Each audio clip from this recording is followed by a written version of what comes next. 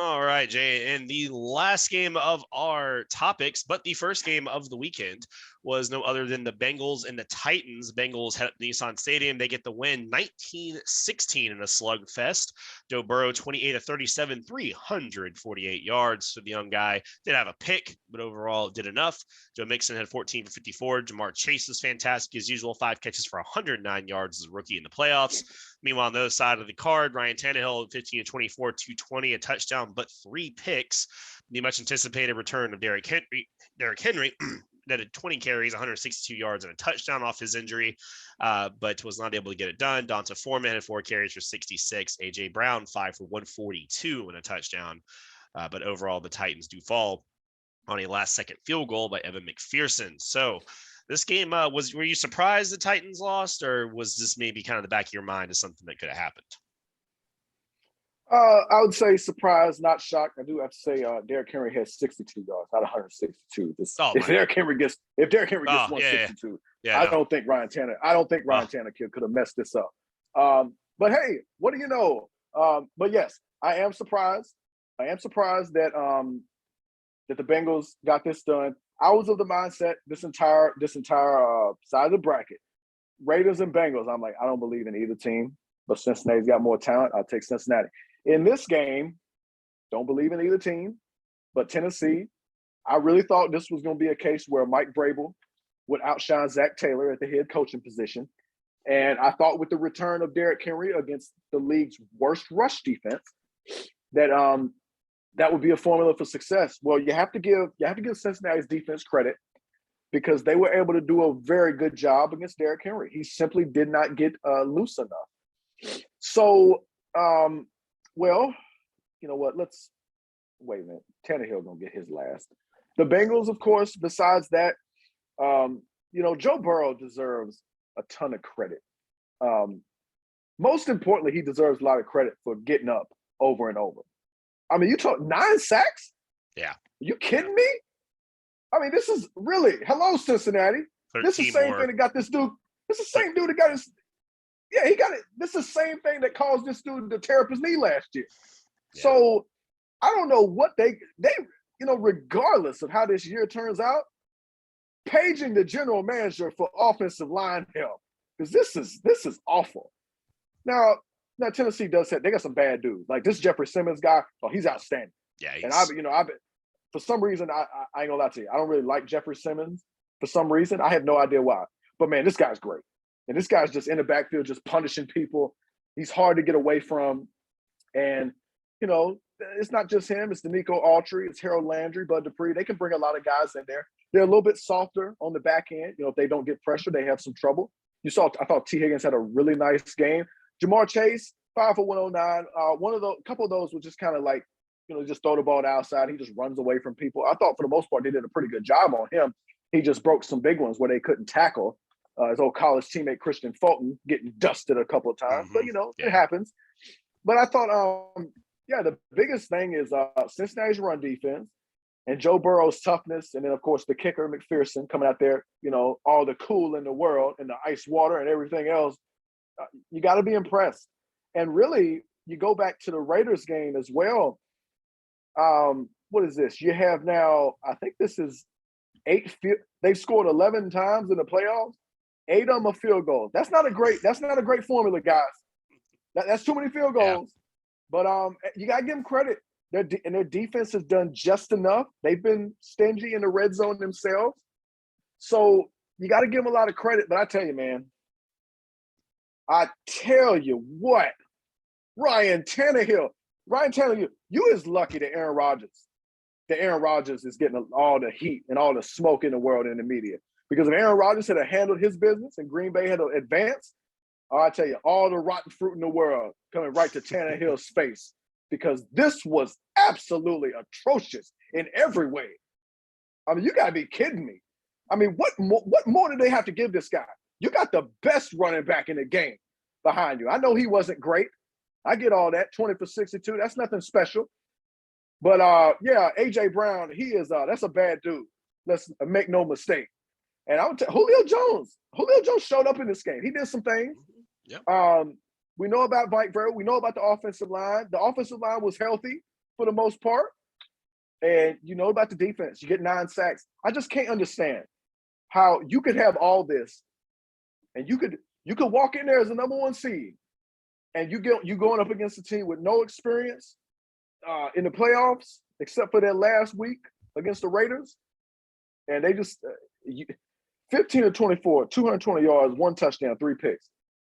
And I told you, I told him when was it that he signed the contract for whatever amount of money it was? It was 2 or a couple years ago. Was it after? This was his third No, you season, know what? I know what it was. It was after Derrick Henry carried them to the AFC Championship game. And in those first 2 games where Derrick Henry was getting 200, Ryan Tannehill couldn't crack 100 passing yards. That's when it was. It was after that where they said, you know who deserves a contract? Who, Derrick Henry? No. Ryan Tannehill. Oh, okay. Yeah, I get behind that. Yeah, that's when they paid him. And I told him, you can go check the tape.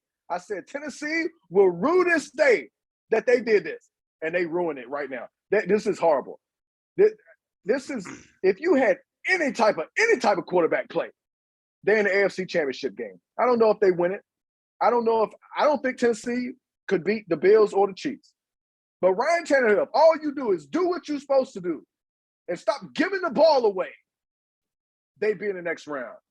And, you know, Ryan Tannehill's so lucky that Aaron Rodgers didn't advance, because he would be getting all the smoke, and God, he deserved it because he was an embarrassment. You know what's even more frustrating is Ryan Tannehill comes in as a backup and gets an opportunity and just does what he's supposed to do, and he, you know, does the game manager routine, and it's real cute because they got so sick and tired of Marcus Mariota, and they think they upgrade all of a sudden. Not much. You didn't get much to upgrade. You got suckered into thinking you had a franchise quarterback and you paid him franchise money, and at the worst possible moment, you ruined the day. You ruined it out there. I think what's funny is that narrative comes along and you say things like, oh, well, you know, you got to have a Josh Allen, Patrick Mahomes. Well, I think what that more means is when you have a guy like Ryan Tannehill who's just not going to be good enough when it matters the most. Like, that's the kind of time you're talking about moving on from some of these guys. He's like Baker Mayfield. He's right. These guys are just living in the middle. I mean, like, I don't even really put Jimmy G in that category because we kind of know what they're doing. Everyone's kind of in on what he is, what they're doing. It's like a different thing to me.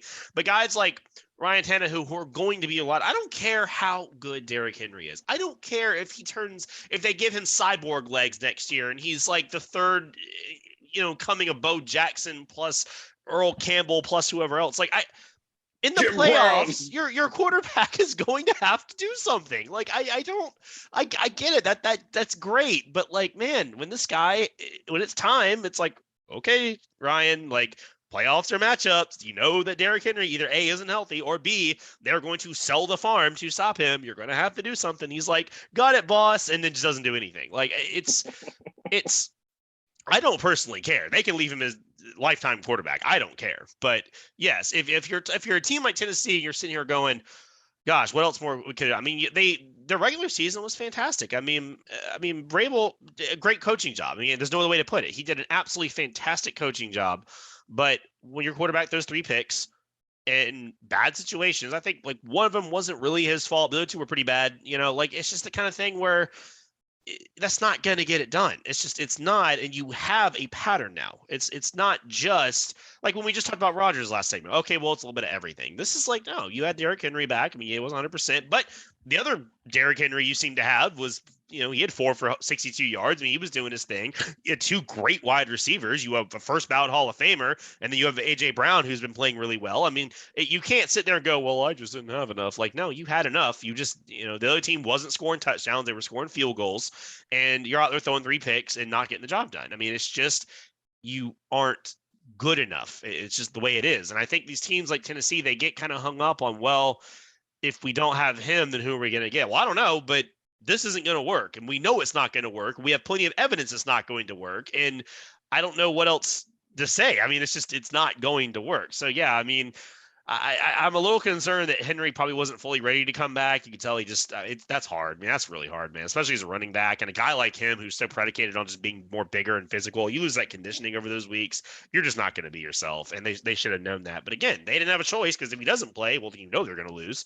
Rough, Well, can rough, I rough. and I have to Yeah. say, to cut in, Mm-hmm. you know, just looking at it, up front, even if Derrick Henry wasn't like all the way right, I wasn't like, particularly from a stamina standpoint, I thought that could benefit Tennessee because Deontay Foreman is really good. And Mm-hmm. so the thing that I just, leaves me scratching my head is why they didn't just run it more with, if even if Derrick Henry, okay, he's not getting loose. Well, we just saw Deontay Foreman bust one for like 40. Okay, give him the ball. You know what I'm saying? Yeah, Like the mix decoy and match a thing. little bit. Mm-hmm. Yeah, mix and match. And I would have given Foreman a little bit more work, but I'm just, yeah, that's what I had. Like your identity is running the football, and it's Derrick Henry, and it's Derrick Henry light.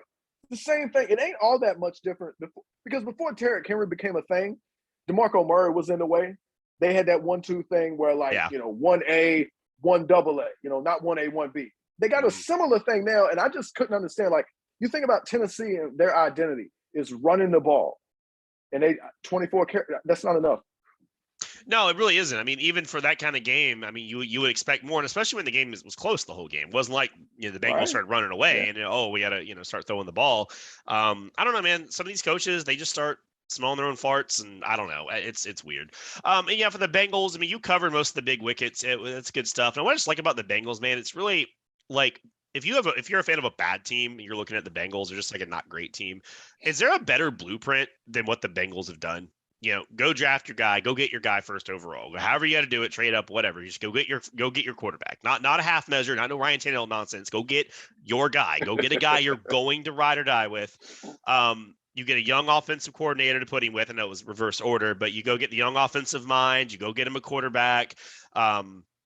You go get weapons around him and not just one guy. Like you go get, you had T. Higgins in the next draft, you go get Jamar Chase. Now everyone was saying, oh, no. You got to remember the big debate was, whoa, no, you got to get an offensive lineman. You got to get offensive line to protect because that class is really deep. And then they said, nah, we're just going to get Chase and we'll figure it out. And they look like geniuses. Well, it worked, but boy, it was close. At the end of the day, like, you're absolutely right. That offensive line is still pretty horrible. Yeah, if Ryan Tannehill didn't do Ryan Tannehill, that's what you'd be talking about. You'd be talking about the Exactly. only thing Yeah. Cincinnati could have done better is you got to get offensive line, and I don't think they regret it because now they have a dynamic 1-2 punch, and then also Tyler Boyd, Yazama has had a really good season at tight end. A lot of great weapons, but the only thing better, the offensive line got to be the priority for the regular season. But I think you are correct. Like the way they've done it, Joe Burrow, Zach Taylor, and then how they've built the weaponry around him. It's definitely something that, like, if you're looking at teams who's gotten good recently, who was just dog crap not too long ago. I think you look at Cincinnati right now.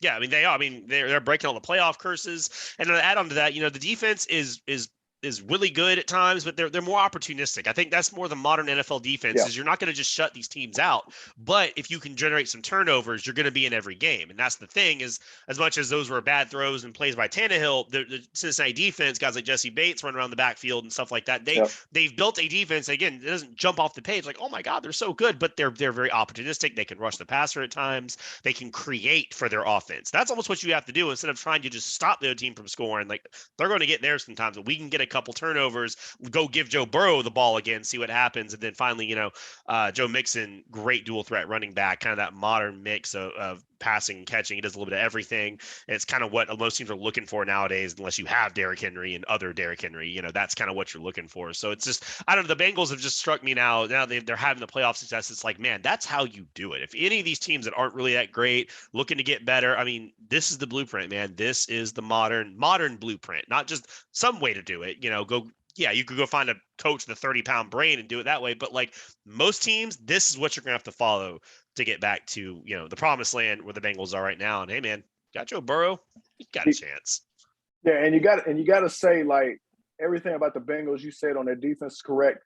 The one thing you got to add is they absolutely did something we did not expect. I don't think anyone expected them to be that good stopping the run, stopping Derrick Henry. Like DJ Reader, I was laughing at him a couple of years ago when they signed him. He was great, and I think he really set the tone for that defense and how they were able to really dictate the Tennessee offense most of the day. Yep. All right, guys, let's going to wrap it up for today. I am Cody Ward. And I'm Jay Wise. We'll see you next time.